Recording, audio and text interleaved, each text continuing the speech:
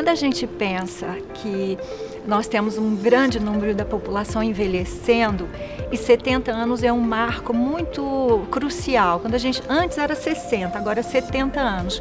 O que acontece com o ser humano? O ser humano tem uma ânsia de pertencimento. E quando se chega aos 70 anos, quando a gente pensa numa sociedade, existe um momento de exclusão do idoso muito sério que nós devemos pensar.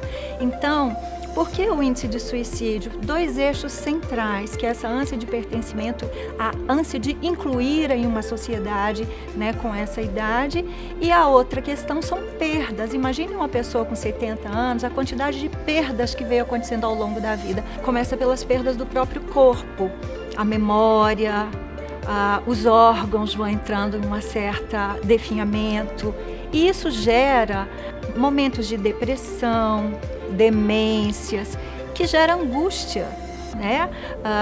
E muita ansiedade nessa fase da vida.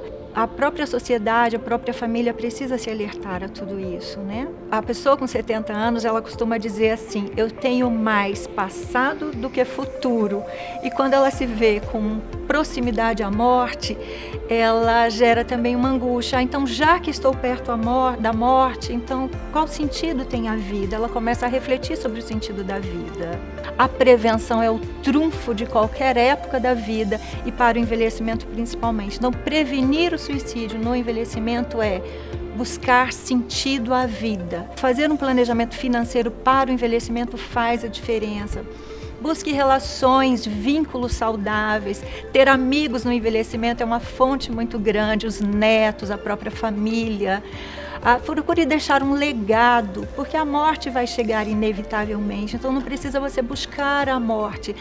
Se você sabe que depois que você vai embora, você deixou uma história, isso dá sentido à vida e não faz sentido a busca da própria morte como o suicídio. Busque evitar emoções tóxicas, nocivas. Tem gente que envelhece com tanta angústia, com tanto rancor. Limpa isso ao longo da vida para um envelhecimento saudável e prevenção do suicídio. Um outro aspecto fundamental é cuidar do corpo, gente. Isso é basal em todas as idades. Se ao longo da vida você vem cuidando do corpo, desde tomar uma água para cuidar do seu rim no envelhecimento, cuidar da sua coluna, da sua postura, atividade física, alimentação saudável, faz com que no próprio envelhecimento você tenha um sentido, vigor, vitalidade, e isso a vida fica um pouco mais alegre, e aí é uma forma preventiva. A família pode ter um papel fundamental. Primeiro, fique atento e alerta aos sinais. A pessoa, quando ela envelhece, ela vai sinalizando. Às vezes ela fica mais calada, mais triste. Então, o primeiro passo, família, fique em alerta aos sinais. Como é que o seu idoso, né, seu avô, seu pai, está envelhecendo. Outro ponto, escute. Eu acho que a escuta é fundamental. As gerações mais jovens têm muita preguiça de escutar o idoso. Eles adoram contar histórias. Escute as histórias do idoso. Dê um lugar na família, eles precisam pertencer. Propicie momentos de prazer saudável. E esse é um outro aspecto que é um alerta para as famílias. Mantenha a hierarquia. Não é porque a pessoa envelheceu, ela se tornou uma criança, ela precisa se sentir importante e respeitada como quem veio antes nessa família. Então isso é fundamental, família. Políticas públicas têm que pensar em envelhecimento. Graças a Deus eu acho que tem se pensado um pouco mais, mas ainda falta.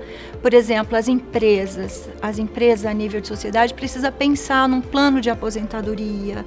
Muitas empresas têm, algumas não têm ainda. Então preparar essa pessoa para o envelhecimento com plano de aposentadoria é um aspecto que a sociedade pode estar atenta. O próprio ambiente físico precisa ser receptivo à pessoa idosa. Prevenção é a chave de tudo. E se prevenir para o envelhecimento saudável, gente, em qualquer idade. Pense você que tem 20 anos, você deve pensar no seu envelhecimento. Então pense de forma preventiva no envelhecimento saudável, automaticamente nós vamos prevenir o suicídio na pessoa idosa.